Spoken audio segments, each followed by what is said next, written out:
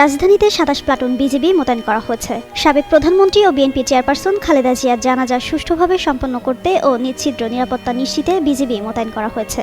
রাজধানীর মানিক মিয়া অ্যাভিনিউয়ে বুধবার বাদ জোহর জানাজা অনুষ্ঠিত হবে।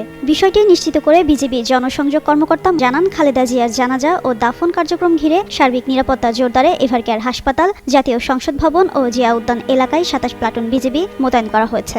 জানাজা আয়োজনে যাবতীয় প্রস্তুতি সম্পন্ন হয়েছে বলে মঙ্গলবার রাতে জানিয়েছে প্রধান উপদেষ্টার দপ্তর। খালেদা জিয়ার প্রতি সর্বস্তরের মানুষ যাতে নির্বিঘ্নে সম্মান জানাতে পারেন এবং তার জানাজায় অংশ নিতে পারেন সেজন্য সব প্রস্তুতি নিয়েছে সরকার। জানাজা উপলক্ষে বুধবার সাধারণ ছুটিও ঘোষণা করা হয়েছে। গেল মঙ্গলবার রাতে প্রধান উপদেষ্টার দপ্তর থেকে জানাজা আয়োজনে যাবতীয় প্রস্তুতি সম্পন্ন হয়েছে বলে জানানো হয়েছে। প্রধান উপদেষ্টা দপ্তরের এক ফেসবুক পোস্টে বলা হয়েছে, বুধবার জানাজার সময় জাতীয় সংসদের দক্ষিণ প্লাজার বদলে মানিক মিয়া অ্যাভিনিউর পশ্চিম প্রান্তে খালেদা জিয়ার মরদেহবাহী কফিন রাখা হবে। জাতীয় সংসদ ভবনের ভেতরের মাঠ, বাইরের অংশ ও মানিক মিয়া অ্যাভিনিউ জুড়ে জানাজা অনুষ্ঠিত হবে।